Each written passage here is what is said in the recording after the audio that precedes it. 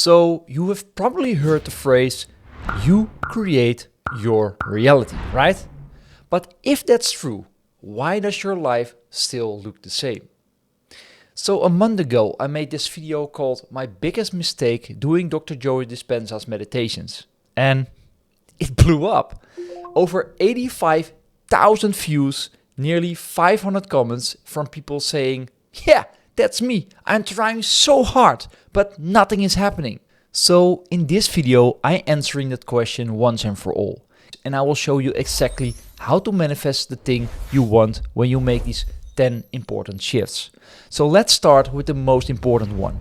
Reject the proof from your own life. So I remember one morning I grabbed my phone, half awake, and the first thing I saw was my bank account app. Same number, again. And instantly that old thought hit me. You see, nothing is changing. And that's when I realized something important. Your current reality is like a thermostat. It's not showing you what's possible. It's showing you what you believe right now at this moment. So if you keep staring at the thermostat, your phone, your numbers, your environment, you are just reconfirming your old settings. So I started doing something that felt a bit crazy at first. Every time I saw something that didn't match the life I was creating, I rejected it and redirected my focus to something else. I would literally say out loud, that's old reality, delete. And when someone hears you saying that, I can tell you that they look a bit confused. So I was constantly training my mind to stop using my past as proof of what's possible. And it's not something you do once. You have to keep applying it every time a negative thought shows up. Every time the old world tries to pull you back into the old common you. Because if your current life is a thermostat and it is 17 degrees inside in your house, then rejecting the proof and redirecting your thoughts is how you reset the temperature. And the more you visualize your new future, the more you check in with that version of yourself, the easier it becomes. You will start spending less time thinking about the old you and more time living as the new one. And that's the moment your reality starts to catch up with your new state of being, and then space opens up for something new. Now listen carefully, because it's time to fill that space, to raise your energy and to tune into the frequency of the life you actually want. And that's shift number 2. To manifest everything you want, you have to tune into the right frequency. When you start understanding that the outer world is reflecting your inner world, the next step is learning how to tune into that signal. And I would like to think of it like a radio. Every thought, every emotion, every belief you hold is broadcasting on a certain frequency. For example, fear, doubt, guilt, they all play on lower stations. And gratitude, love and joy, those are the higher ones. It's very easy to understand. But the problem is, most of us try to change our life while our inner radio is still tuned to the lower radio stations, to the lower frequencies. So we are trying to attract abundance here, where we still are broadcasting stress on the lowest frequency. So what I started doing was simple. Before I tried to create anything, I would first tune up my frequency and my energy. And some days it's as easy as putting on a song that instantly raises my mood. But on the other days, I use what I call my 3-minute mind movie. A short, powerful video filled with video footage, special music and affirmations that reprograms my body into the right frequency.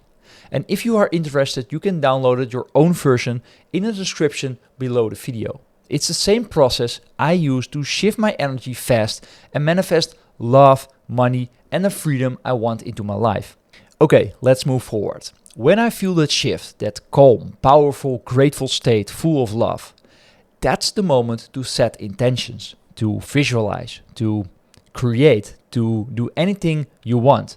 Because when you are in the right frequency, your thoughts are no longer fighting your emotions. They are syncing and working together, and they call it heart-brain coherence. And then you will see small synchronicities, new ideas, unexpected opportunities coming your way.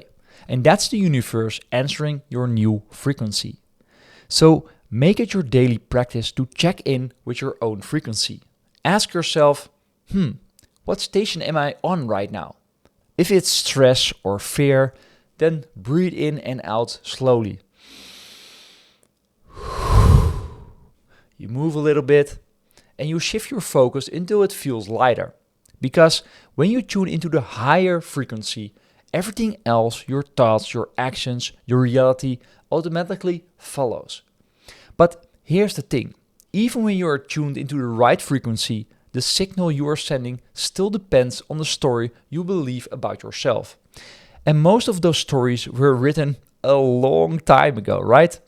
So let's dive into shift number 3. Your inner story shapes your reality. And you have to pay attention because this one is an important one. And it took me some time to get this right.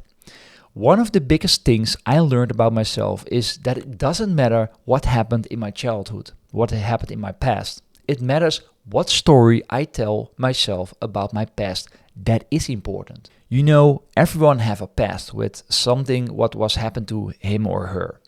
And it's not about blaming anyone. Most people in your life did the best they could with what they knew at the moment. Even if sometimes it doesn't feel like that, right? But remember this. Somewhere along the way, you and also me created stories about who you were and what life was like. Stories like, I'm not enough because my mom ignored me all the time, or people always leave me, I'm not important, or family struggled with money and therefore money is hard to come by. And maybe you can relate. And those stories I told myself became the filters through which I saw my life. And without realizing it, they started shaping my outer world. Because your reality is always reflecting the story you believe about yourself, about your inside world. When you walk through life believing, they did that to me, the universe gives you more people who will treat you the same. And when you believe, for example, nothing ever works out for me, your world will mirror that frequency back until you change it. So the moment you change the story, the moment you change the identity, the thing you believe about yourself, that's the moment your whole life starts to change. And here's what's funny. Even after I rewrote some of my old stories, I caught myself to copy other people, doing what they did successfully because I wanted the outcome they had. And it's so easy to think someone else has the secret, right? But that's where I learned one of the biggest lessons about manifestation, and that's shift number 4. Stop copying, but instead start channeling. For a long time, I thought I needed to be someone else to succeed. I would look at people's life who already had what I wanted and think, they must have something special. I need to be like them to have what they have.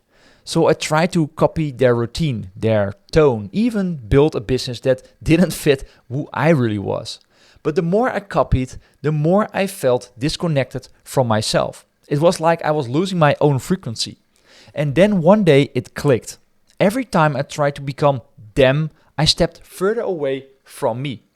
And maybe you can relate. So you try to be someone else and it doesn't feel like you. And if you can relate, then remember, manifestation doesn't respond to imitation, to copy people. It responds to your authenticity. And this is so important that you get this. Because the universe already has a them. It's waiting for you to show up as you.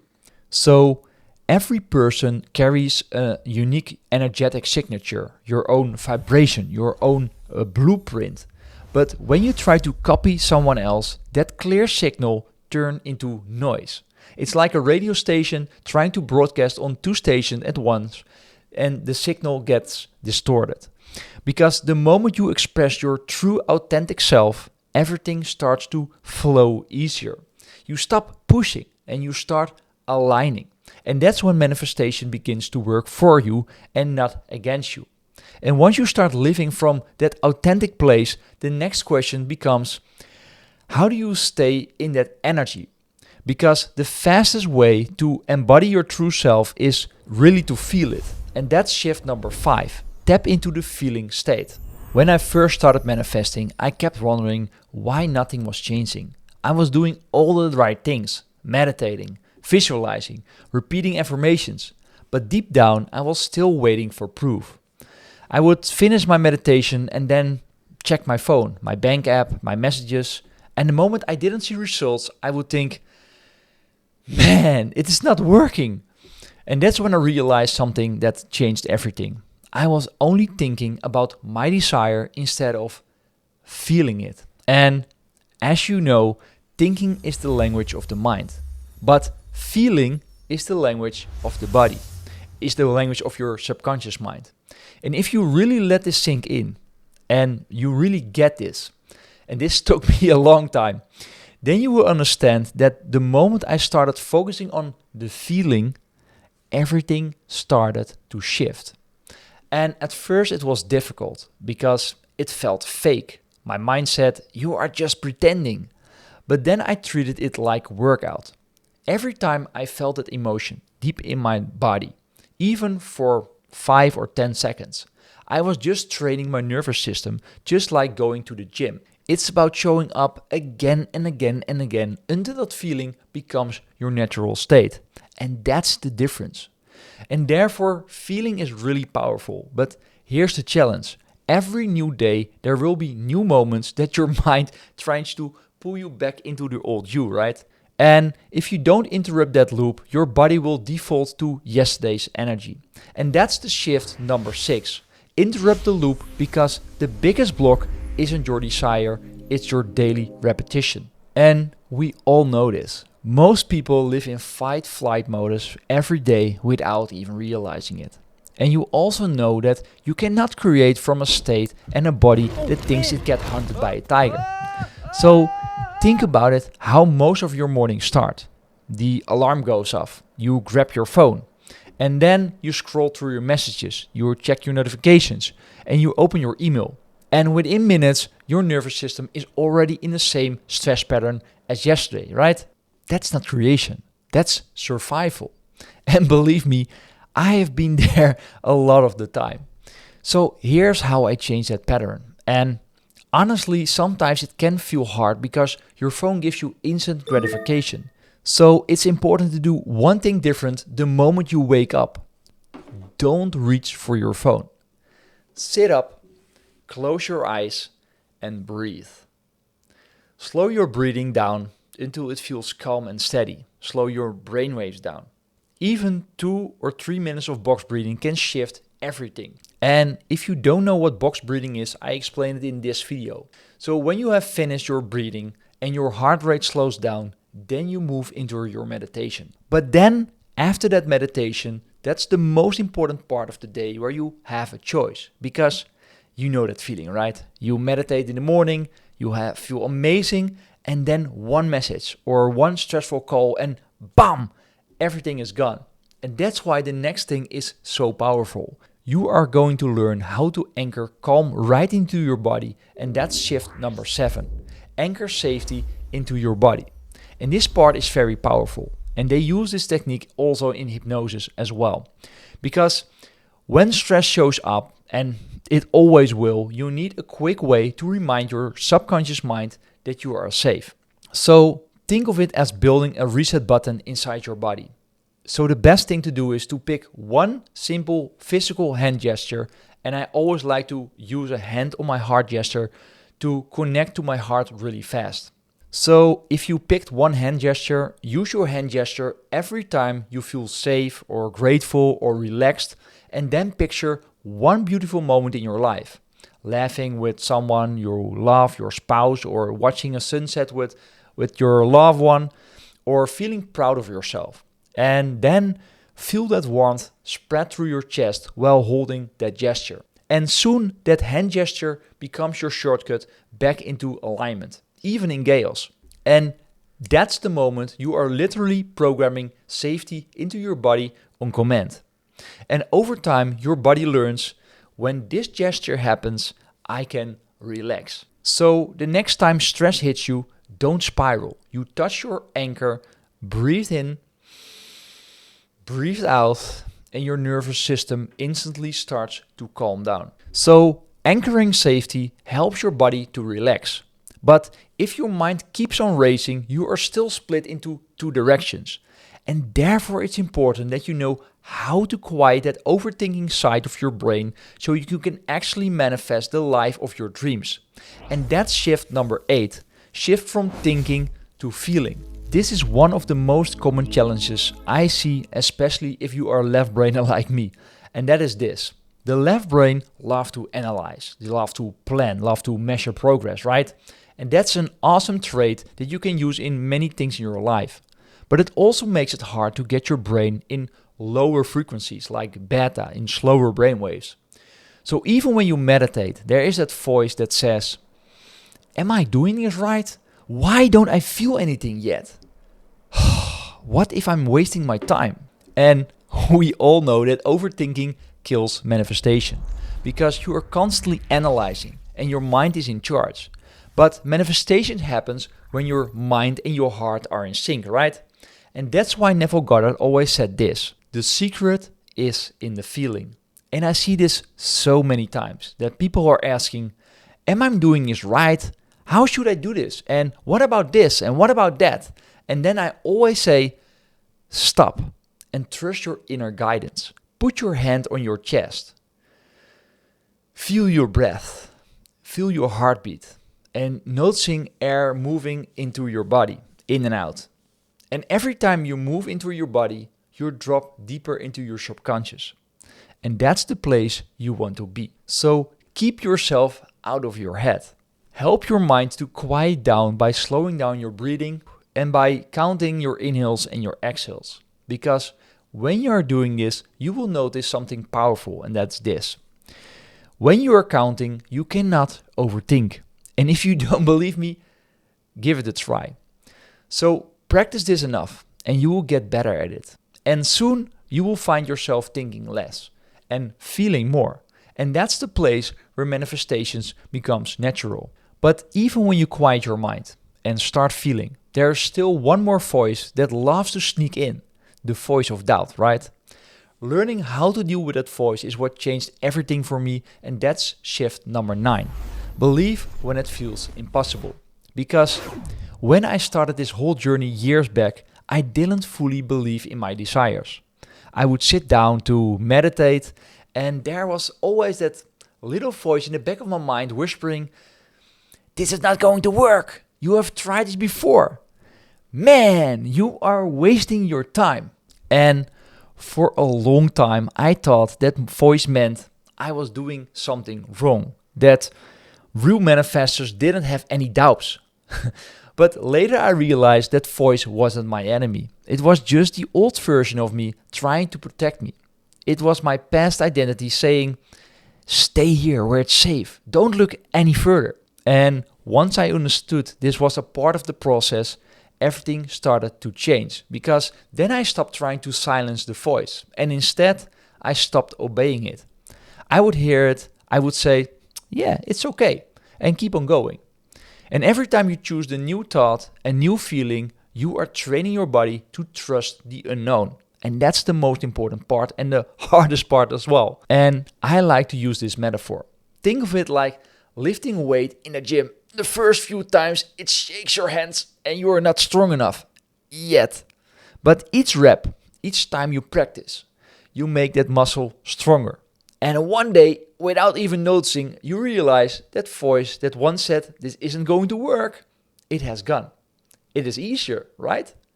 But even after you learn to handle doubt, fear still shows up. And the difference is, this time you will know what to do with it.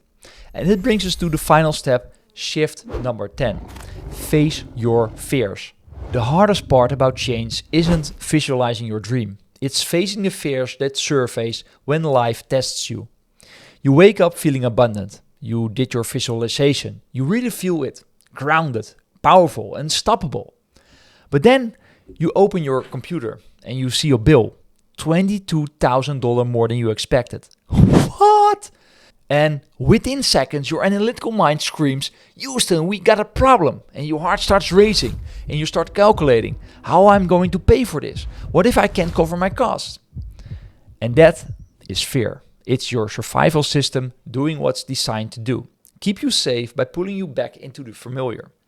And I've been there. I've been there plenty of times in my life. I have had plenty of fears, and the truth is, everyone does. Whether it's money, whether it's health, love, or your purpose, fear is the one test every person on this journey faces. But here's what's powerful. When you face your fears with awareness instead of panic, because fears are self-created things in your mind anyways. And if you face them, something changes, because you realize that the fear isn't you. It's the old you trying to survive the new you. And this is also where it gets really interesting, because after analyzing 56 real testimonials from Dr. Joe Dispenza's community, I discovered something incredible. A hidden pattern behind every major breakthrough. The people who changed their lives didn't get rid of fear. So if you have ever wondered why some people suddenly heal, some people manifest the life of their dreams, or transform while others keep waiting, I will show you exactly what they did differently. Watch the next video right here, where I analyzed 56 Dr. Joe Dispenza's testimonials and found 10 patterns for unexpected breakthroughs. Once you understand these patterns, breakthroughs stop being random. They become predictable. So that's it for today's guys. Love you all, stay in the game, and keep experimenting.